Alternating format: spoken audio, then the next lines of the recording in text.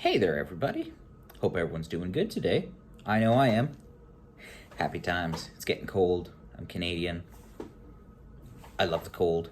Today I'm going to talk about imitation, because imitation is the best form of flattery. Or so they say. Something, something. I forget who actually said that quote. I should look that up at some point.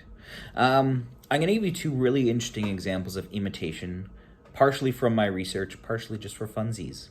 Because, who doesn't like looking at coins? I'm going to look at imitations in the Sasanian world, and I'm going to show you some real examples, and I'm going to show you some examples in the Chinese Asiatic world.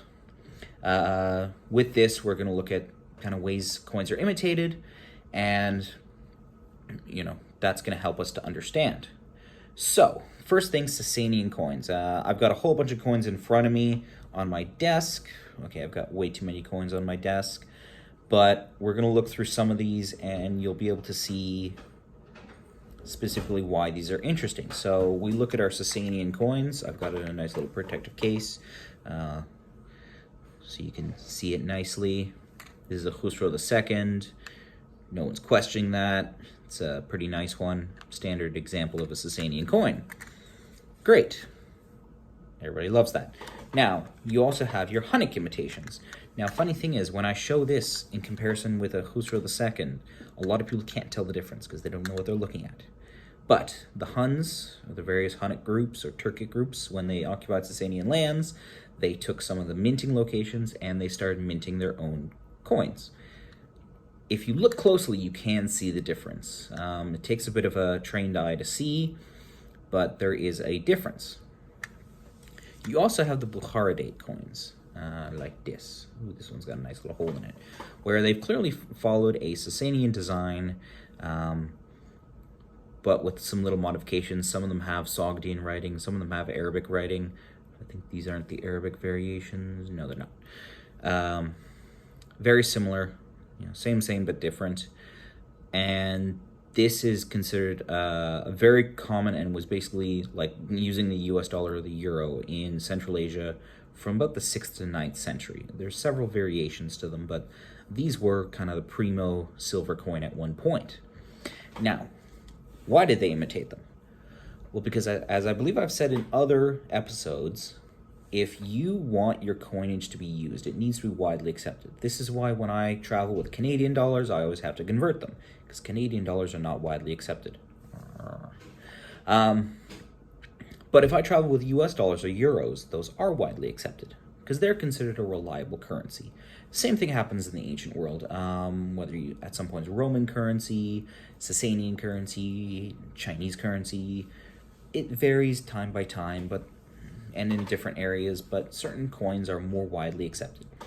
So when Bukhara fell to various Hunnic groups or Turkic groups and the Arabs, they would mint these because these were considered acceptable currency. They basically used the old Sasanian dies and then modified them for their own nefarious purposes. Nefarious. Not really nefarious. And that allowed them then to have a widely circulated, widely usable coinage, because humans are shockingly simple creatures. We like getting paid. We like having food on our tables. We like having nice stuff, so we need money. It's actually a very simple concept. Now, another great example in the Asiatic world is Chinese coinage. So we've got some lovely Tang Dynasty coinage here, like this. As you can see, Kai Yuan Tongbao. Chinese coinage actually barely changes in like a 2,000 year history. From, if you look at, I'm apparently important. I keep getting emails. I need to keep muting that thing. Reminder. As I was saying, Chinese coinage barely changes in like a 2,000 year period. Chinese coinage barely changes in a 2,000 year period because it is considered, the coin of choice to use. Now, with that, what does everyone do then? Well, then they start to copy. So we have some Goryeo, Korea coinage, follows the same pattern, right? They just use the same kind of design and then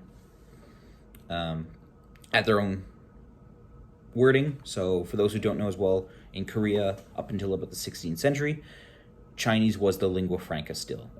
If you could read and write, you wrote in Chinese, often with the Korean language. It was only after that they adopted Hangul, the modern Korean alphabet. Now what we also see is coins like this, which is not in the best condition. Definitely need to try and find a way to clean this one. And some other ones like these, which are from 17th century Vietnam. Vietnam adopted a Chinese-style currency, where they basically used Chinese-style, Chinese writing, but used their own language in order to write it. So they transliterated it into Chinese characters, so they would be widely accepted. And this is a very fascinating form of imitation, because this continues basically until like the 19th, 20th century, when silver becomes more popular. And this style with the hole in the middle drops out of use. Basically with the fall of the Qing dynasty, it goes kaput. We no longer use it. Also because at that point, Spanish and English, silver was becoming much more popular. So, yeah, all throughout the Asiatic world, Indonesia, Japan, Korea, Vietnam, everyone's using this Chinese-style coinage. Just they switch up the characters a little bit. And that's a very fascinating form of imitation. It's something I want to investigate a little more, looking at the metallurgy. And I hope everyone found this interesting. Quick, important thing to note as well at the end, the way that you cast Chinese coins is very different from Greco-Roman Western coins, and we will discuss that in a further episode. So that's all for today. I hope everyone learned something. Bye-bye for now.